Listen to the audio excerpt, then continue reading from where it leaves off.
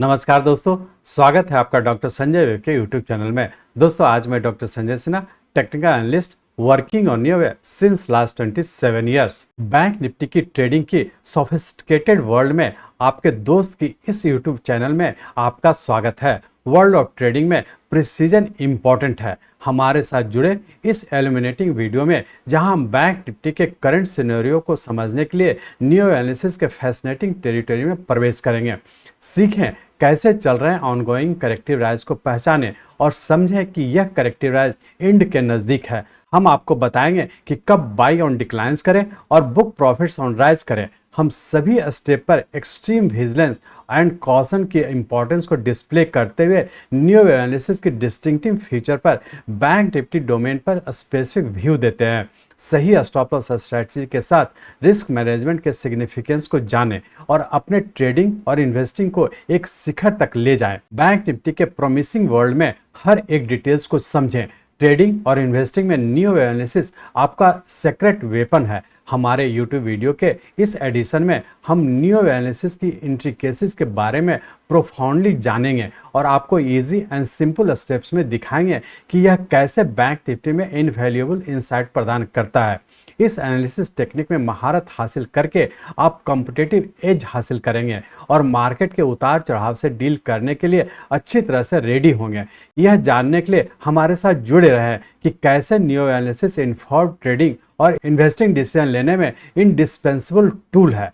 Trading और investing केवल profits के बारे में नहीं है, यह आपकी गहरी कमाई हुई कैपिटल की प्रोटेक्शन के बारे में भी है। इस वीडियो में हम आपकी ट्रेडिंग और इन्वेस्टिंग स्ट्रेटजी में रिस्क मैनेजमेंट के क्रिटिकल रोल पर जोर देंगे। जानें कि प्रॉपर स्टॉप लॉस लेवल कैसे एस्टेब्लिश करें और एक रोबस्ट रिस्क मैनेजमेंट फ्रेमवर्क तैयार करें जो आपको संभावित लॉसेस से बचाएगा। इस वीडियो के अंत तक आप रिस्क को इफेक्टिवली इनकाउंटर करने और अधिक confident and successful bank Nifty trader और इन्वेस्टर बनने के लिए क्रूशियल नॉलेज और स्किल से इक्विप्ड हो जाएंगे। याद रखिए, ट्रेडिंग और इन्वेस्टिंग केवल नंबर्स के बारे में नहीं है, यह मार्केट पार्टिसिपेंट्स के साइकोलॉजी को समझने के बारे में भी है। जानें कि मार्केट सेंटिमेंट प्राइस मूवमेंट्स को कैसे प्रभावित कर सकती है और मार्केट साइकोलॉजी को सही तरीके से कैसे हैंडल किया जाए। हमारे वीडियो में डिस्कशन की गई कॉन्सेप्ट्स को इलस्ट्रेट करने के लिए real life examples and case studies शामिल होंगे। नॉलेज का यह प्रैक्टिकल एप्लीकेशन पर्सपेक्टिव आपको बैंक निफ्टी के कंटेक्स्ट में ट्रेडिंग और इन्वेस्टिंग की फाइनल पॉइंट्स को बेहतर ढंग से समझाने में मदद करेगा। हमारे वीडियो में बताए गए सभी टिप्स को समझदारी से अप्लाई करते हुए प्रॉफिट करना जारी रखें। तो बिना देरी किए और इन सभी चीज़ों को समझने के लिए चलिए हम लोग चलते हैं बैंक निफ्टी के रियल टाइम चार्ट पर। ये हम लोग का निफ्टी का आवरली चार्ट है और इस आवरली चार्ट में हम लोग देख रहे हैं कि यहाँ पे हम लोग का एक इम्पल्स वेव कंप्लीट करने का करेक्शन में इंटर किया था और उस करेक्शन के दरमियान यहाँ पे हम लोग का ए बी सी जो कि एक फ्लैट पैटर्न का फॉर्मेशन हुआ और उसका एक्स वेव बनाने का दोबारा हम लोग का एक जिगजैग पैटर्न में नीचे का ए बी और सी वेव कंप्लीट करके ऊपर की ओर कंटिन्यू किया। लेकिन यहाँ पे हम लोग देखे थे कि हम लोग का यहाँ पे पैटर्न कंफर्म नहीं किया, तो हम लोग ये कह सकते हैं कि ऊपर का ये करेक्टिव राइज के तहत ए बी और सी वेव के फॉर्म में ऊपर कंटिन्यू है। अब ये सी वेव कहीं ना कहीं पूरा करके फिर से नीचे कंटिन्यू होने की संभावना है। तो अब हम लोग ये देखने की कोशिश करेंगे कि करेक्टिव राइज के तहत जो ऊपर का ए बी और सी वेव के फॉर्म में गया है, तो इस सी वेव के सबऑर्डिनेट वेव को हम लोग एनालाइज करेंगे और देखेंगे कि सी वेव के तहत हम लोग का यहाँ पे 1 2 अब यहाँ पर भी देखें कि आप ये हम लोग का 1 जो है ये पैटर्न कंफर्म नहीं किया था, तो हम लोग ये कह सकते हैं कि हो सकता है कि एक करेक्टिव राइज के तहत ही जा रहा है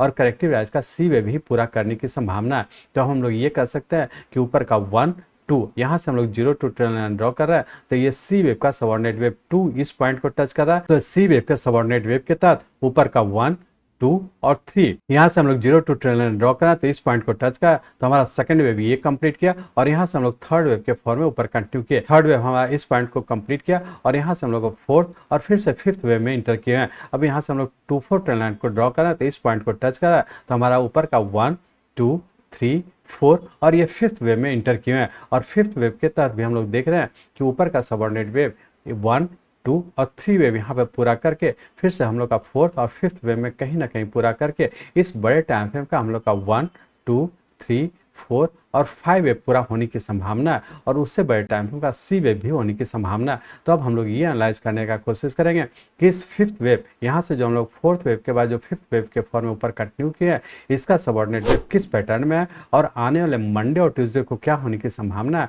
तो उसके लिए हम लोग इस आवरली चार्ट को कन्वर्ट करते हैं 15 मिनट के चार्ट में। यहाँ पे हम लोग 15 मिनट के चार्ट में आ चुके हैं और इस 15 मिनट चार्ट में हम लोग देख रहे हैं कि यहाँ से हम लोग का जो करेक्शन बी वेव कंप्लीट करके ऊपर का 1 2 और ये 3 वेव कंप्लीट करके फोर्थ वेव यहाँ पे कंप्लीट किया। चूंकि हम लोग का 2-4 ट्रेन लाइन ड्रॉ कर रहे हैं तो इस पॉइंट को टच कर रहा है और फोर्थ वेव कंप्लीट करने का ऊपर का हम लोग का फिर से पुनः फिफ्थ वेव के फॉर्म में 1 2 3 4 यहाँ पे हम लोग फोर्थ वेव में और बहुत ज़्यादा संभावना कि फिर से ऊपर कहीं ना कहीं हाई बना करके जो कि फिफ्थ वेव का फॉर्मेशन पूरा करके हो सकता है जब पैटर्न कंफर्म करें नीचे का तो फिर से इस पूरे के करेक्टिव में इंटर कर जाने की संभावना है। तो हम लोग ये कह सकते हैं कि मंडे और ट्यूसडे की यदि बात करें तो यहाँ पे हम लोग का इस फिफ्थ वेव का सबऑर्डिनेट वेव 1 2 3 और यहाँ पे हम लोग फोर्थ वेव में मंडे और ट्यूसडे के लिए रेंज बाउंड के तहत नीचे 46,000 और ऊपर 46,400 इसी रेंज बाउंड में रहने की संभावना। यदि मंडे की बात करें तो नीचे का स्टॉप लॉस होगा हम लोग का 45,800 का, क्योंकि यहीं से हम लोग का ये सेकंड वेव था और ये थर्ड फोर्थ फिफ्थ वेव बनने की संभावना। तो जैसा आप लोग जानते हैं जो कि बेसिक कोर्स में आप लोग को बताया कि थर्ड वेव कभी भी 100% रिट्रेस नहीं होना चाहिए, तो यही हमारा स्टॉप लॉस हो जाएगा। तो हम लोग का मंडे ट्यूसडे के लिए हम लोग का नीचे का स्टॉप लॉस होगा 45,800 का। इस स्टॉप लॉस को ध्यान में रख करके डिक्लाइन पे बाय करके ऊपर की ओर प्रॉफिट बुक करने का कोशिश करेंगे।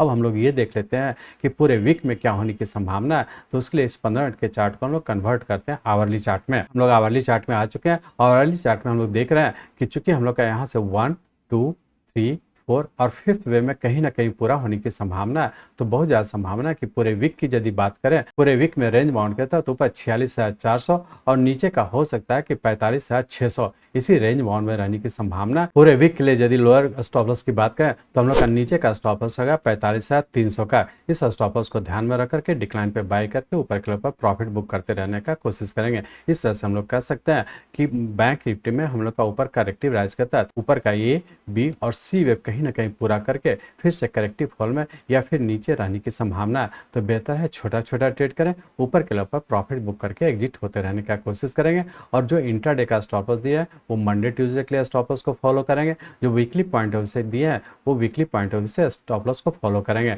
इस तरह से हम लोग कह सकते हैं कि जो लोग न्यू वे एक्सप्लेन या एडवांस कोर्स नहीं किए हैं वो सिर्फ लेवल को ध्यान में रख करके ट्रेड करने का कोशिश करेंगे।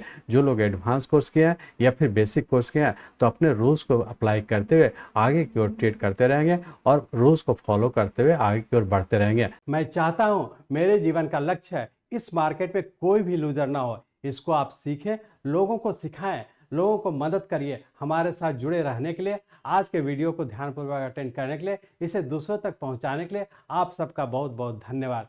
जय हिंद।